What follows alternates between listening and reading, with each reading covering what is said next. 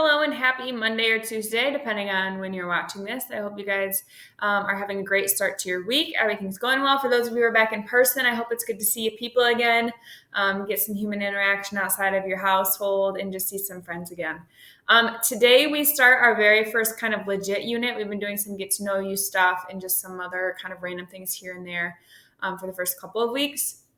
Now we're going to start our first unit, which is team sports, which I know some of you are like, Miss V, I did not sign up to take a sports class, which, I mean, technically you didn't really sign up to take this class either, but you gotta. But I promise I'm going to try to make it bearable, okay?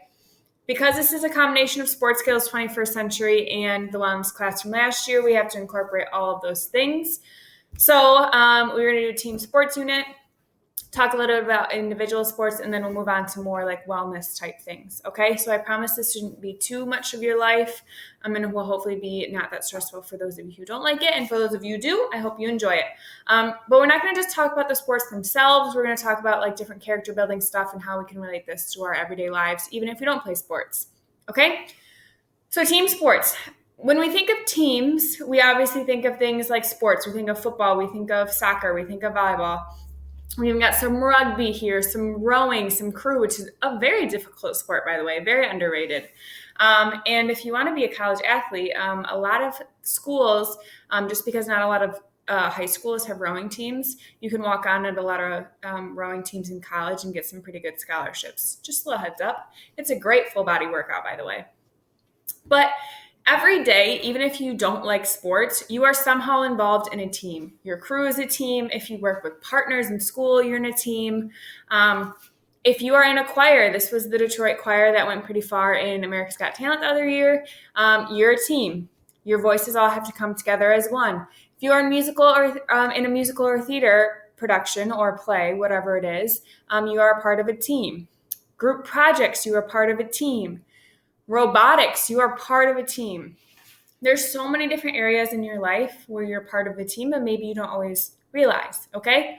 So we're going to be focusing on team sports, but within those sports that you choose, we're also going to be looking at different characteristics and personality traits and different life lessons learned in sports that we can take into our own lives and that we see in our day-to-day lives outside of just the sports themselves, okay?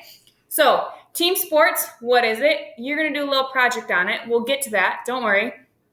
But what I want you to know, team sports, this involves multiple people, okay? So big teams. We have our football, we have our soccer, baseball, whatever our usual ones, okay, that we know of. Hockey. Things that aren't team sports. Things like singles tennis. Things like golf. Okay, things that you can do by yourself, that is not a team sport, okay? If you need help with deciphering between what is a team sport and what is an individual sport, you can talk about that right now. Or I can help you out later once we get to our project. If you choose an individual sport, I can kind of help gear you in the direction of a team sport, okay?